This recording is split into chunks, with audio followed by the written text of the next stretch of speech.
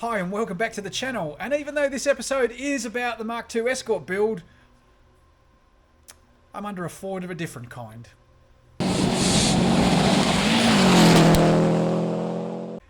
In case you haven't guessed, I'm underneath a more modern Ford. It is in fact a 2010 Ford Focus, so a lot newer than the Mark II that we're going to put parts of it into. We're interested in the 2-litre Duratech engine that's sitting in here. We're going to drop the engine and transmission out in one piece and then separate that. We need the engine, not the transmission. Obviously this is front wheel drive. There's a little bit of work to do the conversion. However, it is quite common to fit these type of power plants to Mark II and Mark I Escorts for that matter. So there's plenty of knowledge and things around. So I've already started pretty heavily into this now. It's getting close to getting ready to be dropped out. There's a few more bits and pieces to do. Not that exciting to watch. I'm sure there's plenty of videos on YouTube on that. We'll get it out and then we'll have a look at the engine and have a bit of a chat about it. Okay, hopefully you can hear me over all the rain outside. It's been pretty torrential today.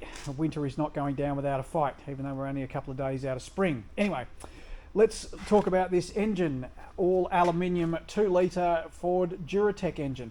Now these engines were used in quite a few different cars along the way, both Ford and Mazdas. They're fitted to a whole range of cars. There's a few little differences between them, but they're pretty much all the same design. Double overhead cam, fuel injected, coil on plug. This particular one, I'm actually standing on what would be the front of the engine, or the front of the car when it was in the Focus. So this engine has got a plastic inlet manifold on it and drive-by-wire throttle. And this is the throttle body. In the Escort, because the engine's going to sit this way in the Escort, this throttle body will be against the rear firewall, against the firewall, so that's not very helpful. So we are going to need to do something about the inlet manifold. There's a few different aftermarket inlet manifolds on the market.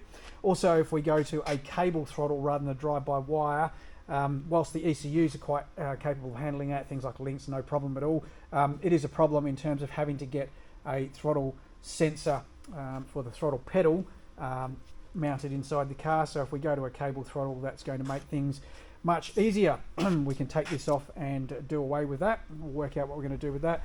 Also, not sure about the alternator. I've read a few different conflicting reports on that. Some people say that the alternator needs to be taken off and you've got to use a Ford Escort alternator on it. I'm not sure whether that's from a clearance perspective, but anyway, we'll work that out. This is a ECU controlled alternator. It's quite common on modern cars for the ECU to control it. No problem for Link ECUs, they can control the alternator, so if we can leave that and reuse it, then we will. Keeps the budget down. We will need to replace the sump. It's got a front wheel drive sump in there and it won't clear the Escort crossmember, so I believe the customer has already sorted out a sump kit for that, so we'll change that over. Same with the exhaust manifold, will need changing. From the factory of the Focus, this would be actually against the firewall, or what would be considered the back of the engine in the Focus. In the Escort, it's going to be the right hand side or the driver's side of the car, so we need to get a set of extractors or headers for that, because the factory exhaust manifold off the Focus just won't fit. It's not designed to. I believe the customer's already got that sorted out, so that's all under control.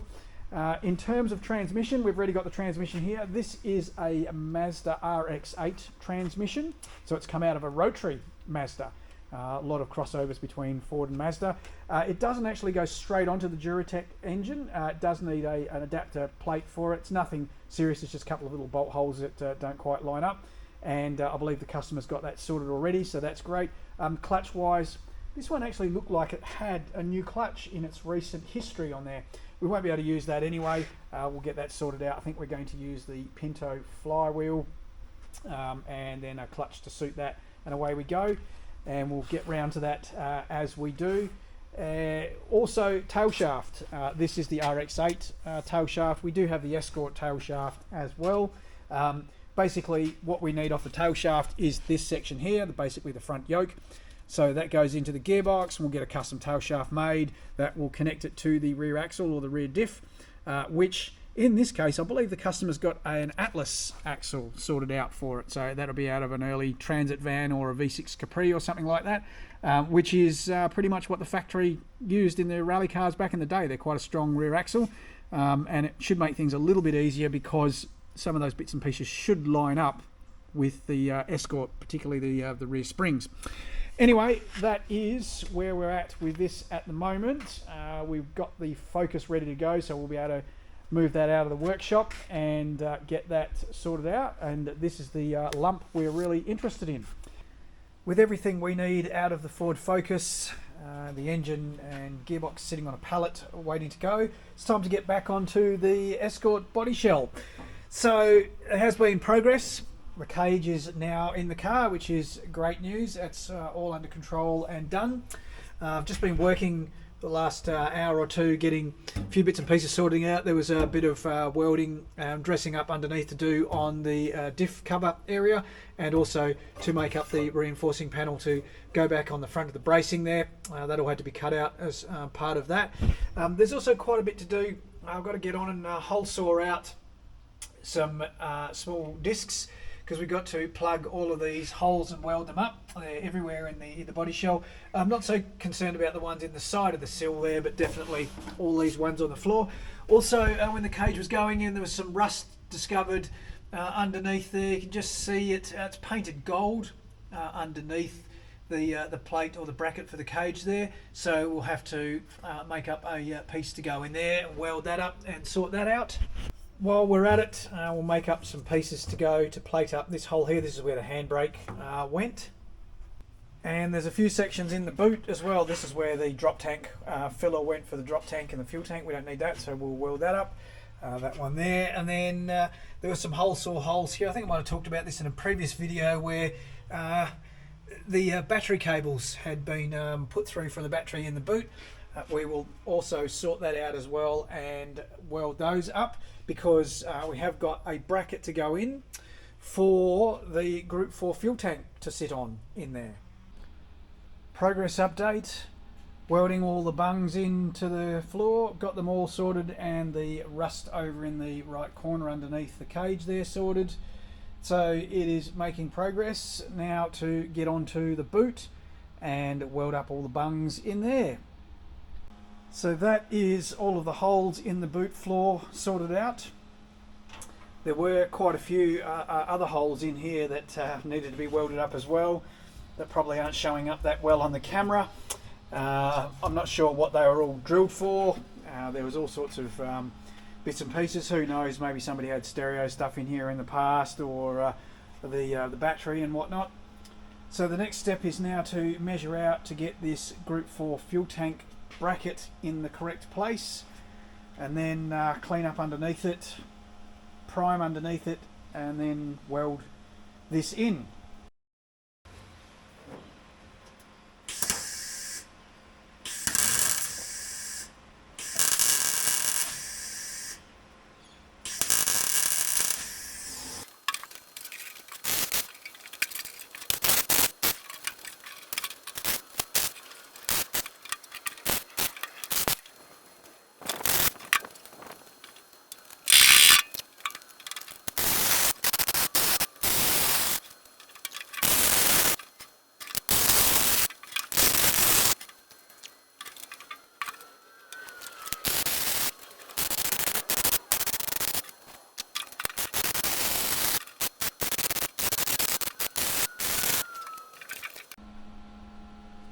Okay, that is the Group 4 fuel tank mount in as well, which is great.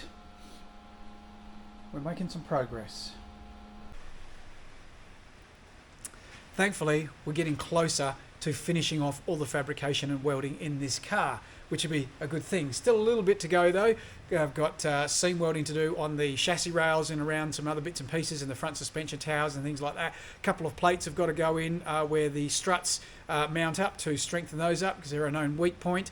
And also we've got to mount up the rear anti-tramp bar mounting boxes. I'll show you how that all goes together when we get to that point.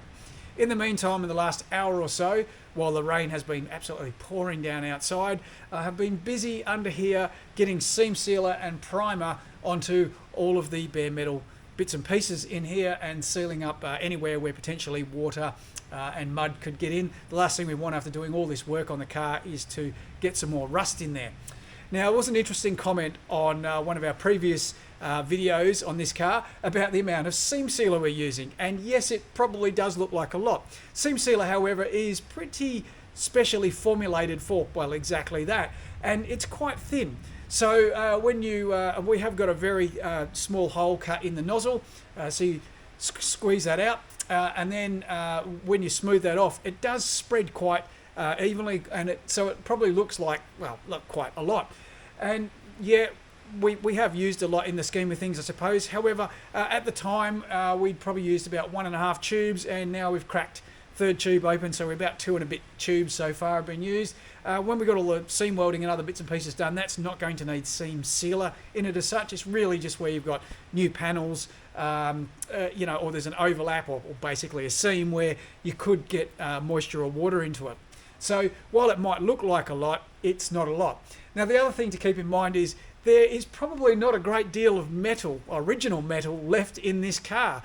There has been a hell of a lot that's been cut out and fabricated, and on top of that, obviously, we've got things like the transmission tunnel or the differential cover at the back, also the transmission tunnel at the front where the gearbox has gone in, and various rust sections here and there as well, and a complete rear quarter panel, and the list goes on and on. So it's not surprising that with all that amount of welding and fabrication that we're going to need a fair bit to reseal all of those bits and pieces to keep them watertight.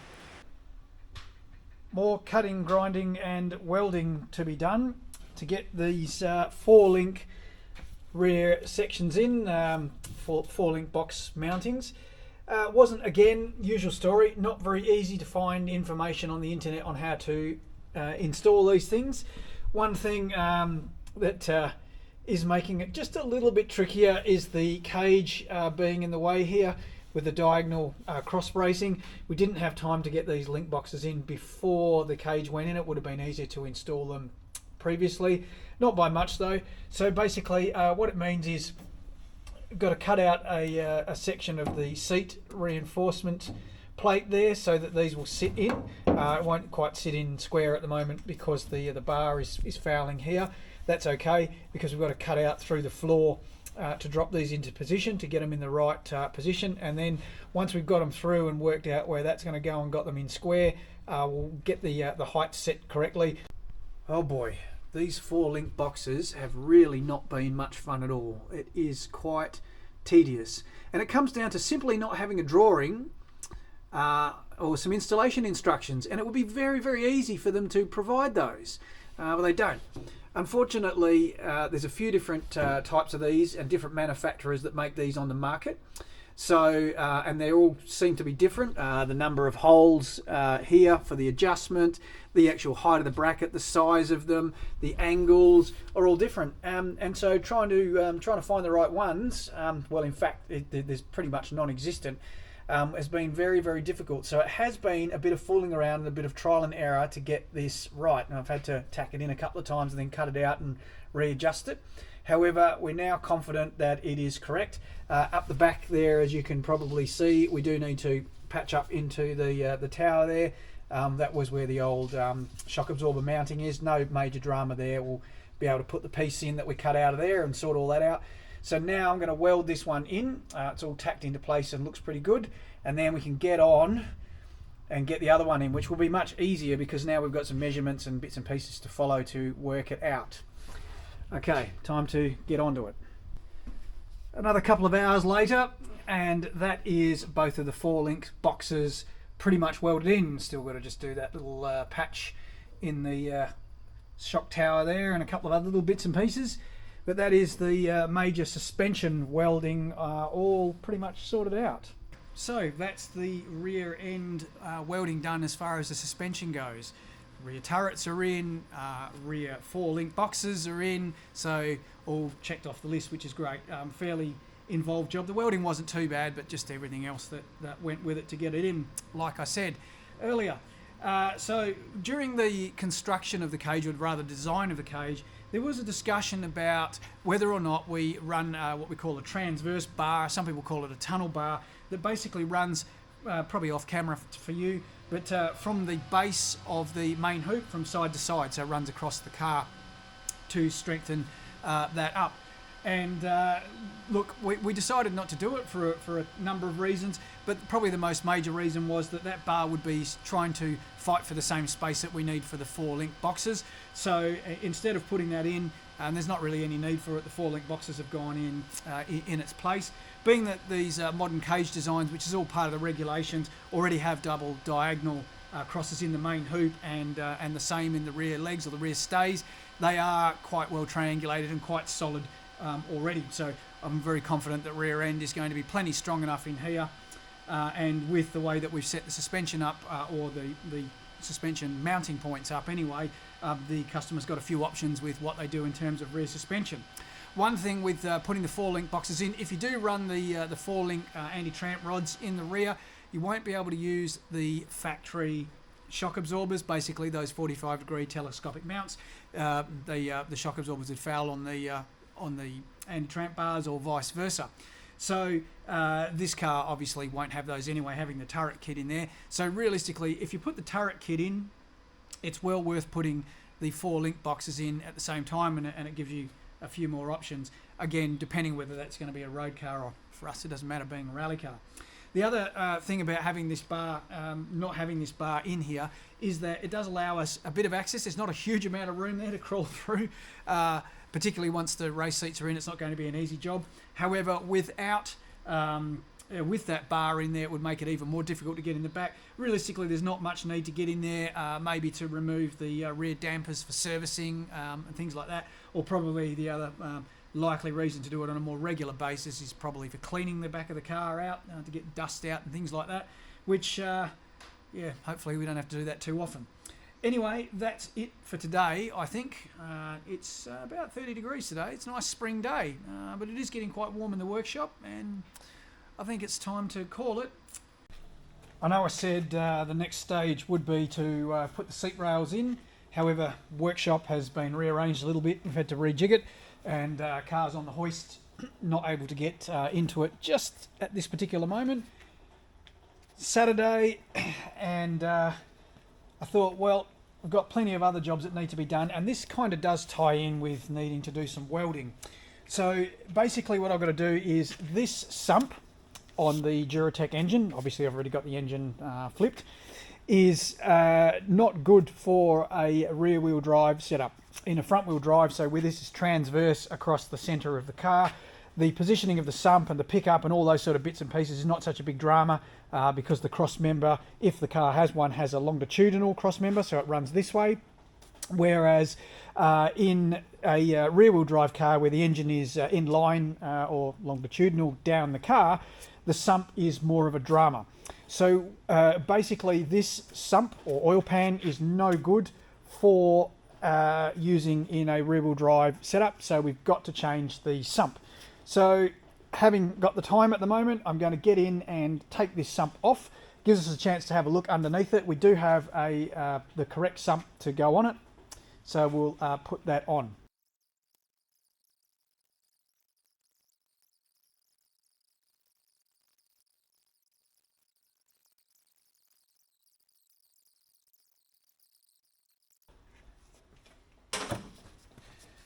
Let's see whether we can get this off. I have a suspicion that oil is going to go everywhere, and it hasn't too bad. It's actually quite a hefty aluminium sump. It's quite a hefty piece of kit, this thing. It's quite heavy. The good news is that inside, and so far it's just a very quick look, but it actually looks quite clean in there. That's actually quite a good thing. Good. That's some encouraging news that it does look nice and clean in there. Removing the actual sump itself was a pretty straightforward job. However, cleaning up all the sealant around the block and a few other places is quite tedious. So didn't film that, just stopped that for a while. It takes about half an hour or so to go around and carefully get that off. So I've got off as the sealant to a point that I'm happy with the block. However, and you've got to be very careful not to drop too much bits and pieces or bits of sealant down into the engine because when the engine's flipped up the right way, what can happen is if you're not very careful, those bits of sealant could be floating around in the oil, and they could be sucked up by the oil pump and the pickup, and end up either blocking the oil pump or somewhere else in the engine that you don't want it, crankshaft or somewhere, that could lead to an engine failure.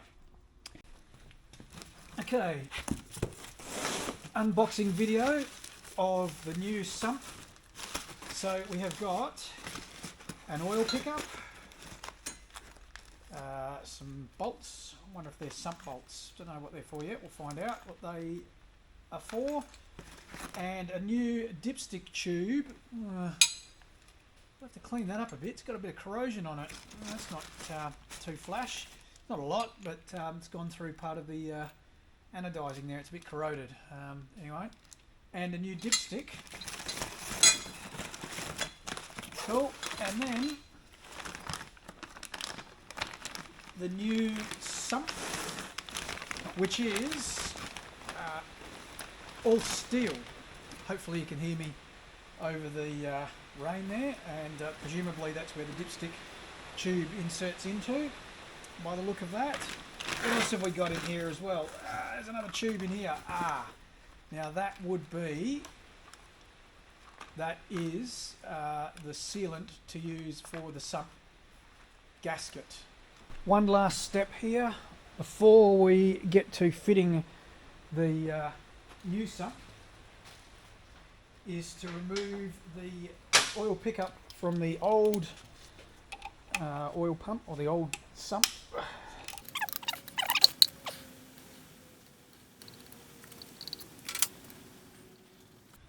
Now there's no gasket supplied to mount that.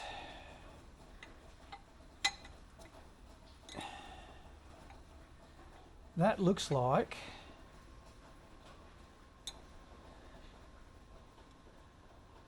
okay. So to make this all work, it looks like we're going to have to tap and drill the block there.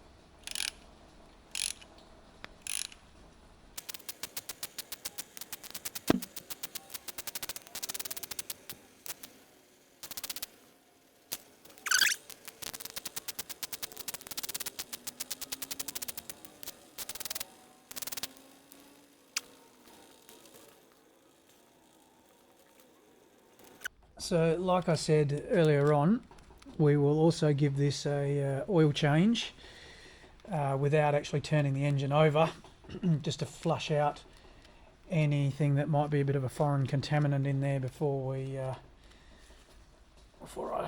go to fire this thing up or even turn it over. We need to make sure that we have got as many controls in place as possible to stop any foreign material from getting into the wrong places.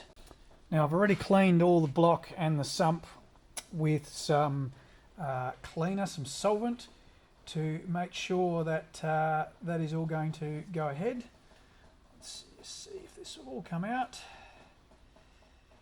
And then put a good bead of this stuff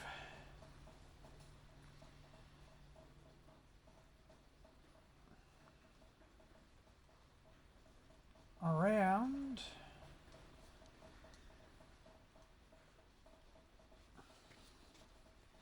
the block. I'm trying to run it basically down the center line of where the sump will sit. That way, when the sump goes on, it'll squeeze out evenly to the left and the right. Right.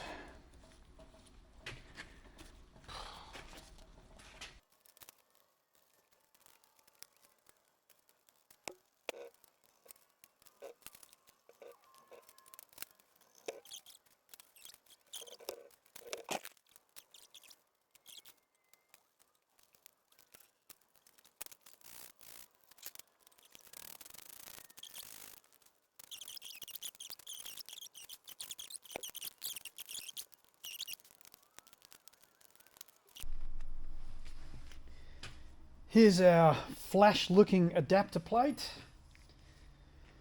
Let's see how this all goes on. I suspect it goes on that way. So this plate should sit like this.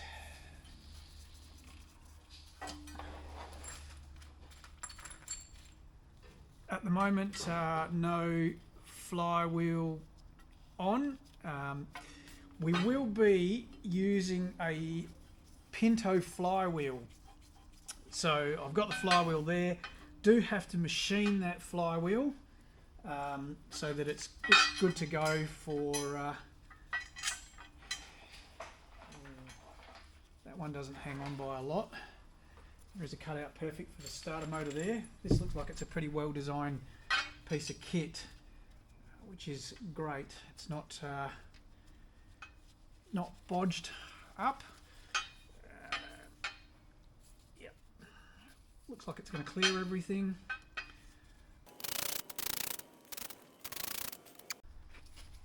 Okay, starter motor back in just to see how that all goes together.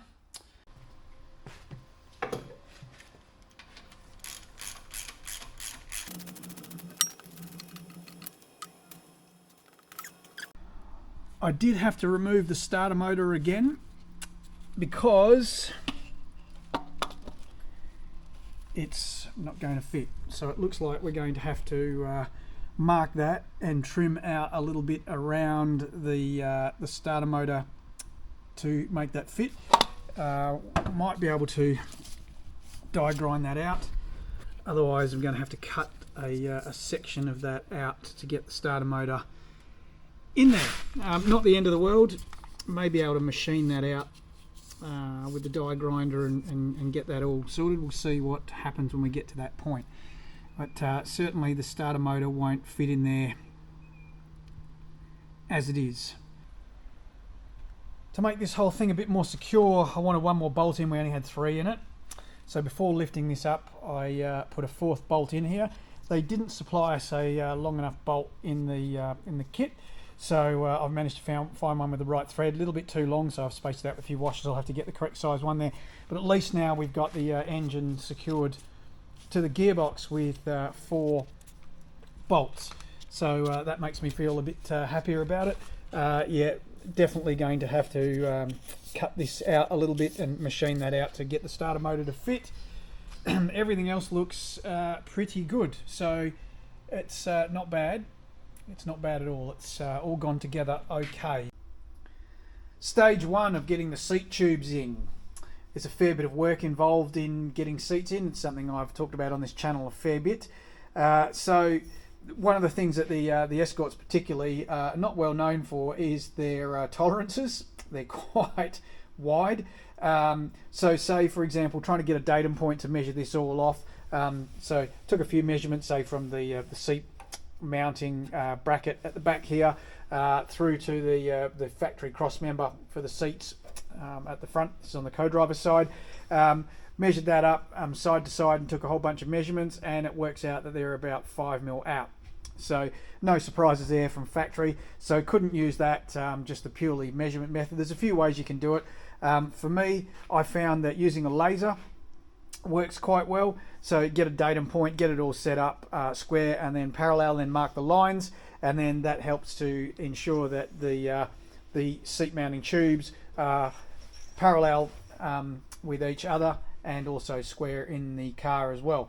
So mark those out. Now these particular lines, the center lines, at this point in time they're only marked out because I need to know where the center of the reinforcing plates were going to go in the car, and the same with the factory cross member at the front. We're going to reuse this. I have, however, chopped off the factory sort of struts that were on here that the seats were mounted off that come up on this sort of angle.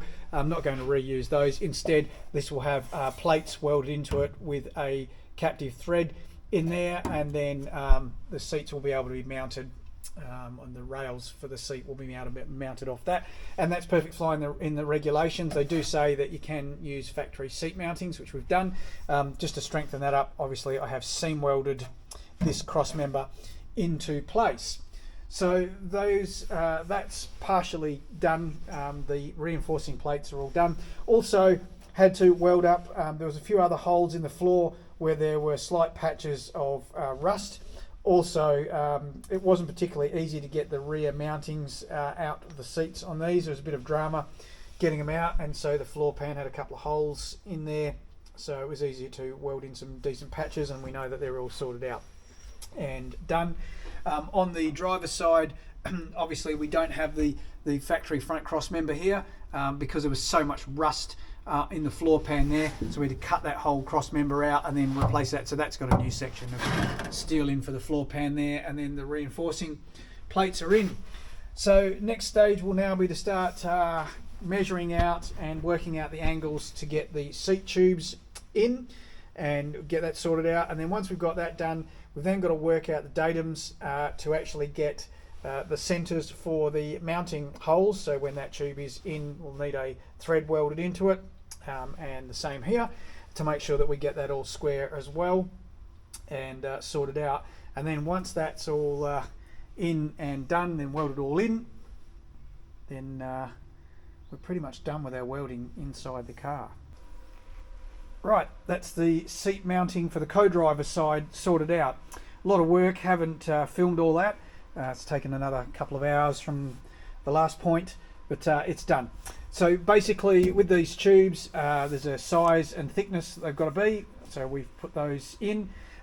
Also through the tube that goes right through the whole tube and is welded on both sides is a threaded insert with a M8 thread in there that meets the regulations. So that's all sorted out and done.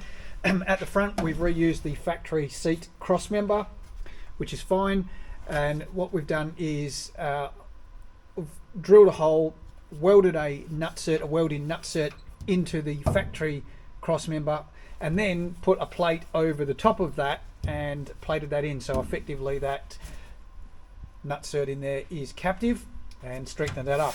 And in the rules you are allowed to use the factory cross member, so that will remain in the car, and that is that side done. Now to get on to putting the two seat tubes in and repeating this process. So I have to do two of these on the driver's side. That is, with a considerable amount of work and effort, the seat mounting tubes done on both sides of the car. It is quite a time consuming process. Haven't filmed all of it. It's just a lot of measuring and cutting and welding and getting angles right and plates and bits and pieces. But thankfully it's done. Something the camera may pick up here is there's a difference in height between the driver's side and the co-driver's side. Couple of reasons for that. Basically this height here is actually slightly lower than where the base would be on the factory seat when it is sitting in the car here. So these are more or less, I think they're about 10 mil less than what the factory height is, and that's okay because when we put the actual seat rails on, there'll have to be some adjustment in there.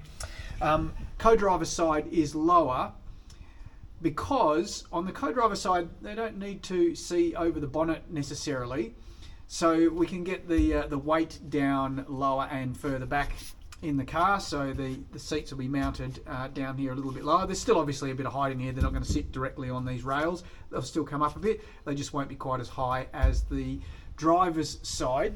The driver's side is higher, because it may need a bit more of a upright position or forward higher position.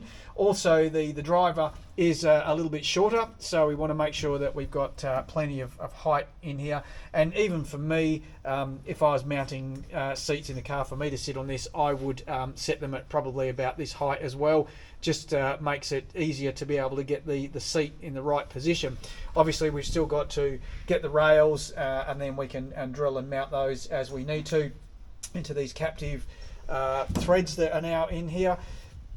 These are just bolts to stop dirt and muck and whatever and paint potentially getting down into the threads when we get to that point. But pretty much that is the welding all sorted inside the car now. So we're waiting on the cross member to come. The customer is organising a weld cut cross member minus the engine mounts. So We've got the engine and gearbox together, but we're not able to drop that in yet. However, there's plenty of other stuff still to be going with this, including some more welding and fabrication. So we'll just keep on pushing on and get that done instead. Okay, so I think we'll call it here for this video. Hope you've enjoyed our progress on the build of the Mark II Escort. Please give us a thumbs up. It's important for the YouTube algorithm, and subscribe. And we'll catch you again soon. Cheers.